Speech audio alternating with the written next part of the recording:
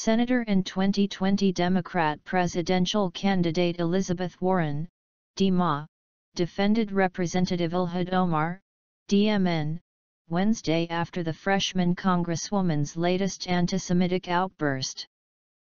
Warren said in a statement Wednesday, "We have a moral duty to combat hateful ideologies in our own country and around the world, and that includes both anti-Semitism and Islamophobia. In a democracy, we can and should have an open, respectful debate about the Middle East that focus on policy. Branding criticism of Israel as automatically anti-Semitic has a chilling effect on our public discourse and makes it harder to achieve a peaceful solution between Israelis and Palestinians."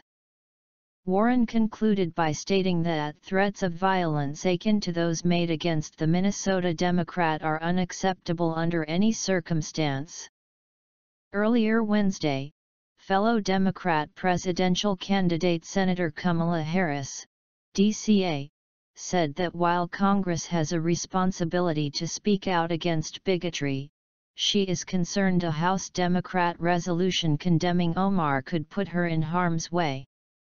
"We all have a responsibility to speak out against anti-Semitism, Islamophobia, homophobia, transphobia, racism, and all forms of hatred and bigotry," said Harris. "But like some of my colleagues in the Congressional Black Caucus, I am concerned that the spotlight being put on Congresswoman Omar may put her at risk." Senator Bernie Sanders, DVT, another White House contender, defended Omar, accusing House Democrat leadership of attempting to stifle legitimate criticism of Israeli Prime Minister Benjamin Netanyahu by equating it with anti-Semitism. "Anti-Semitism is a hateful and dangerous ideology which must be vigorously opposed in the United States and around the world.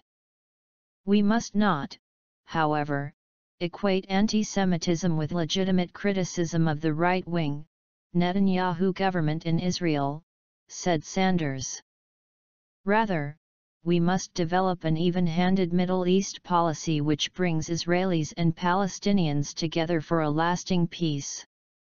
What I fear is going on in the House now is an effort to target Congresswoman Omar as a way of stifling that debate," the Vermont Independent continued. "That's wrong."